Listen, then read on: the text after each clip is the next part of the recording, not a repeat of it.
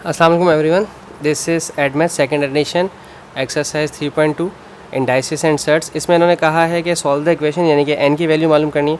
पिछले question number 1 में हमने आपसे जिक्र किया था कि अगर बेसिस सेम हो यानी कि ये नंबर सेम हो तो पावर्स इक्वल हो जाती हैं, बट प्रॉब्लम यहाँ है कि यहाँ तीनों नंबर ही डिफरेंट हैं। तो एक काम कर लेते हैं ना, देखिए अगर ये 2 की पावर n+1 है, मैं इसको ऐसे ही छोड़ता हूँ, ठीक है। अगर आप 32 के प्राइम फैक्टर निकालें तो होता है 2 की पावर 5, ठीक है। 2 की पावर 5 मतलब 2 2 4 2 8, मतलब इसको आप यूँ करके निकालते हैं ताकि 32, 2 को 5 टाइम्स करेंगे तो 32 आता है, ठीक है। अब देखें बेसिस सेम हो गया तो n+1 इक्वल्स टू 5 अब आपके पास हो गया। +1 है वहाँ जाएगा तो ये -1 हो जाएगा, 5 में से 1 गया तो 4 आ जाएगा, ठीक है। सिंपल, बहुत ईजी था। पार्ट बी देखते हैं इसका हम। पार्ट बी में कहते हैं 4 की पावर 2n, अच्छा अब ये तो मुझे भी देखना पड़ेगा। 4 की power 2n is equals to 2 की पावर 256। अब आपने ये देखना है कि 256 2 की पावर में कब आता है या 4 की पावर में कब आता है, ठीक है। तो हम देखते हैं कैलकुलेटर में फोर्थ रूट लिखेंगे हम, कैसे इसमें आता है फोर्थ रूट, यहाँ से फोर्थ रूट 256। वैसे आप प्राइम फैक्टर भी निकाल सकते हैं। 4 की पावर 4 आप लिखेंगे अगर, लेकिन 4 की पावर में 4 लिखता हूँ तो 256 हो जाएगा, ठीक है। 4 की पावर 4 लिया तो 256 हो गया, फोर्थ रूट से निकाला है। नहीं तो आप ये प्राइम फैक्टराइजेशन मेथड से भी कर सकते हैं, ठीक है। सॉरी, 4 की power 2n is equals to 4 की पावर 4 256 बनता है। 4 4 से कैंसिल हो जाना है। 2n is equals to 4, 2 multiply कर रहा है, वहाँ जाकर डिवाइड करेगा तो 2 1 ज़ा 2, 2 2 ज़ा 4, तो n आपके पास 2 आ गया। इस तरह से आपके दोनों क्वेश्चंस कंप्लीट हो गए। अब हम इसका देखते हैं part, second part, I mean C part इसका, सॉरी सी पार्ट देखेंगे अब हम इसका। सेकंड पार्ट तो कर लिया। पार्ट सी है 3 की पावर 2n+1, 3 की पावर 2n+1 इक्वल्स टू 27। 27 होता है 3 की पावर क्यूब। अच्छा, बातों का तो ऐसा हो जाता है कि नहीं मिल रहे होते, वो यहाँ आएगा एक क्वेश्चन जिसमें मैं आपको बताऊंगा। हाँ, 5x वाला है, सबसे लास्ट है एच पार्ट।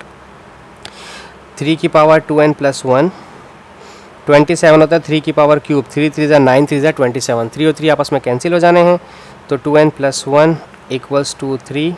ये पॉजिटिव 3 1 है, वहाँ जाएगा तो माइनस होगा, 3 में से 1 गया तो 2 बचा। 2n, 2 1 ज़ा 2, 2 1 ज़ा 2 cancel, n is equals to 1 आ गया, ठीक है। डी पार्ट देखते हैं इसका। डी है 2n-1, 2n-1 is equals to 1/4।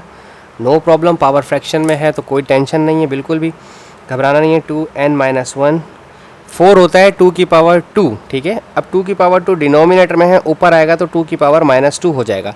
आप जानते हैं जब डिनोमिनेटर को न्यूमिनेटर में लाते हैं तो पावर नेगेटिव हो जाती है, ठीक है। 2 2 से कैंसिल हो गया, n-1 इज इक्वल्स टू -2। ये वहाँ जाएगा तो +1 हो जाएगा, तो -2 + 1 -1।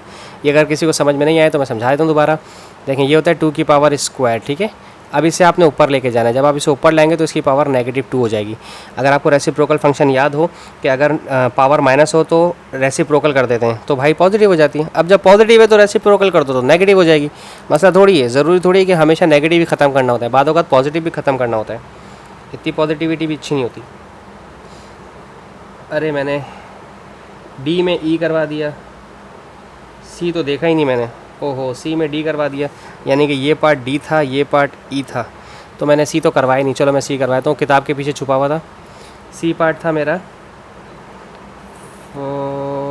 2 की पावर n+2, 2 की पावर n+2, इतनी बड़ी ना नज़र नहीं आ रहा पेज, इज इक्वल्स टू 128, ठीक है, इज इक्वल्स टू 128। तो 2 की पावर n+2 128 देखते हैं 2 में कब आता है, ठीक है। तो स्क्वायर रूट ऑफ 128, अब ये अजीब सा आंसर आएगा, 8 की पावर 2√2। ओके, तो यानी कि अगर हम इसको ख़त्म नहीं करना चाहते, हम नहीं चाहते कि हमें रूट में आंसर ना दे कैलकुलेटर, तो हमें फिर प्राइम फैक्टर निकालने पड़ेंगे।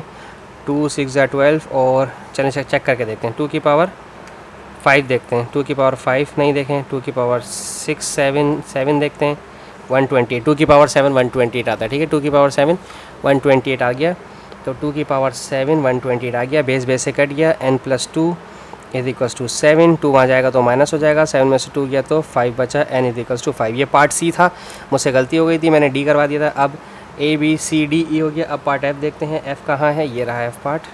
अब गलती नहीं करूँगा उतारने में। 2 3n+2, 2 3n+2 +2 1/128, 128 अभी मैंने किया है सॉल्व, ठीक है, 128 अभी किया है।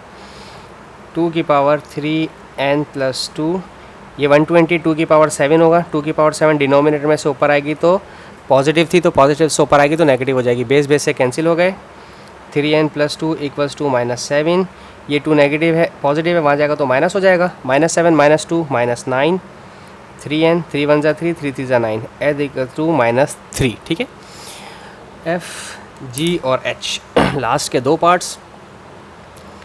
G पार्ट है 5n+1 = 1/125, ये भी सेम है। देखें 125 होता है 5 का क्यूब, ठीक है। 5 का क्यूब डिनोमिनेटर में से ऊपर आएगा तो माइनस हो जाएगा, ठीक है। और 5n+1 बेसिस कैंसिल हो जाएंगे। n+1 = -3, पॉजिटिव 1 है, वहाँ जाएगा तो नेगेटिव 1 हो जाएगा, तो -3 -1 -4, n = -4। H पार्ट देखते हैं। H पार्ट मज़ेदार है कुछ इस तरह से कि 5x² - 16 = 1 लिखा हुआ है। अब आप सोच रहे होंगे कि 1 तो किसी भी नंबर का बेस या पावर नहीं होता, तो एक इंडाइसिस का रूल है कि किसी भी नंबर की पावर 0 1 होता है, ठीक है। लाइक अगर मैं 5 की पावर 0 लेता हूँ तो उसका आंसर 1 आता है। अब 1 लिखूँ या 5 की पावर 0 लिखूँ, बात एक है, क्योंकि 5 की पावर 0 का आंसर 1 ही होता है। किसी भी नंबर की पावर 0 हो तो उसका आंसर 1 हो जाता है। और मैंने 5 ही क्यों लिया, क्योंकि यहाँ मेरे पास 5 था। 4 होता तो मैं यहाँ भी 4 लेता, यहाँ 7 होता तो यहाँ भी 7 लेता। It's depend on condition. अब सेम बेसिस हो गई, तो x² - 16 = 0। आप जानते हैं कि दो नंबर्स हों, स्क्वायर्स हों और माइनस हो तो थर्ड आइडेंटिटी लगती है, a² - b², तो a + b और a - b, ठीक है। चूँकि ये 16 जो है 4 का स्क्वायर है, x² - 4² तो a + b और a - b। अब इसके दो आंसर आएंगे, एक पॉजिटिव 4 और एक नेगेटिव 4। पॉजिटिव वाला नेगेटिव हो जाएगा, नेगेटिव वाला पॉजिटिव हो जाएगा, बात एक ही है। तो आई होप आपको समझ आया हो। Thank you so much for watching my channel. अल्लाह हाफिज़।